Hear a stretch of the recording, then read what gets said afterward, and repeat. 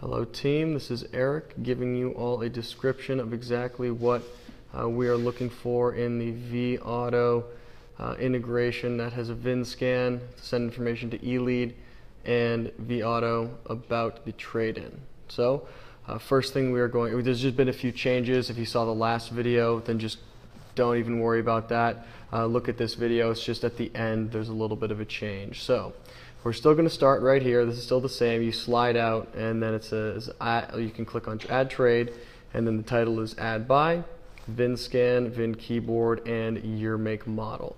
The change is going to be that we are going to do a VIN decode throughout our process instead of relying on vAuto to do the VIN decode. So the flow is going to stay relatively similar. If you click VIN scan, you are still going to go to this page right here. The title will say place VIN barcode in view of camera. There's going to be the darked out but still translucent areas on either side of the purely translucent area, with an example VIN that is pretty translucent in the middle. That's like the perfect place for it to be, in perfect view, to give the salespeople an example of how they should scan it. So you can hit back and then go right here, or you can hit the trouble scanning button, meaning that if you are having trouble scanning, can't figure out what's going on, you will go to this page right here. This has every reason why one would not be able to scan. So first at the top, we'll first talk about the border. So the border is going to stay the exact same regardless of where you scroll, and the border is just going to be very similar to the existing deal lookup. You can scroll there, but the border with the back button and forward button are still the same, and then the back button is going to be right in the middle. That will always be at the bottom of the page, and then the area on the inner border right here, you'll be able to scroll through that to access the different reasons why the VIN scan might not work.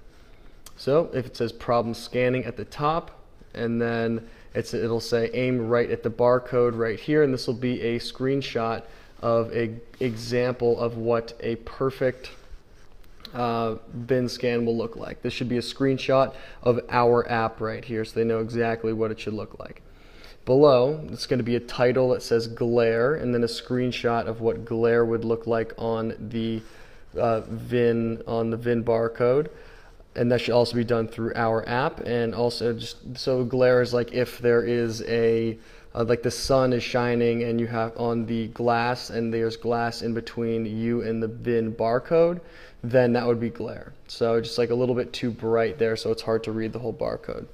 Also, I have written down exactly some notes below. It says see ticket notes right there for glare. I've written out exactly what that text should be below. Below that is going to be dark. So if it's too dark, then it's too difficult for the camera to pick up the exact barcode. I have put notes there, but put a screenshot of our app and it being too dark. Same thing with bad angle, meaning that if it's coming from an angle like this, it's difficult to actually see. That could be the issue, and then there's notes there as well. And then a screenshot of it being too blurry. This should be the least common case, but also have some notes for exactly what should be under that. So each of these should look like, the title of the issue, which is glare, a screenshot of exactly what that issue might look like, and then the notes on like how to improve upon that issue will be right below it, and that'll be in smaller text. Okay, so at the end there will always be a back button. So, oh, I found my issue, awesome. You hit back. You can go back to this page right here and then try to scan it again, right? That is that process. I'm going to go back here. Let's say that I hit a VIN keyboard. So this is if a salesperson does not have access to the VIN for some reason. Maybe they just simply can't scan it. Something's going on with the scanner or the camera. They can't do it and they want to type it in manually. So they can hit VIN keyboard, which would be right below VIN scan on the slide out, and it'll come right here. This is a very, very simple page. All it does is text field right in the middle, and then there's a keyboard below the text field. They enter it in, and then you get to the next page. And there's one other option that we can use to get to the next page, and that is going to be add by year, make, and model, which is at the bottom right here.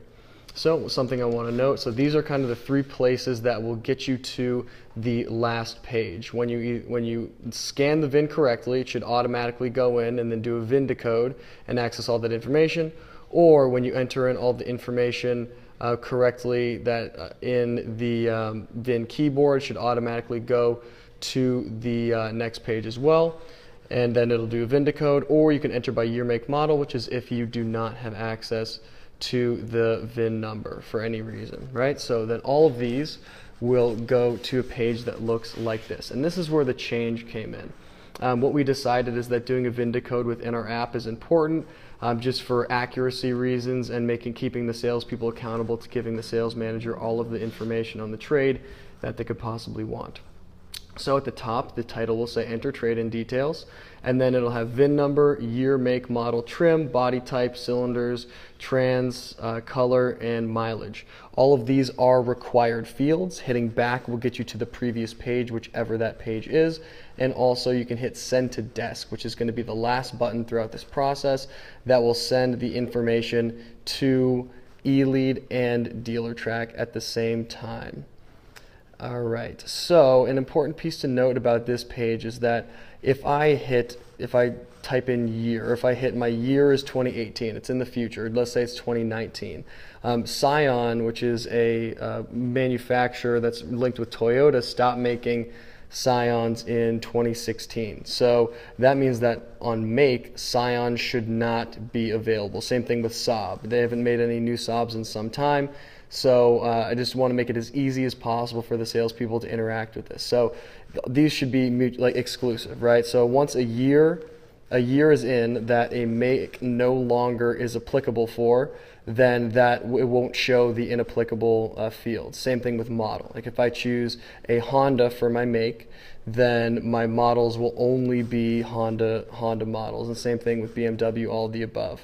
Same thing with trim. That should be pretty self-explanatory at this point.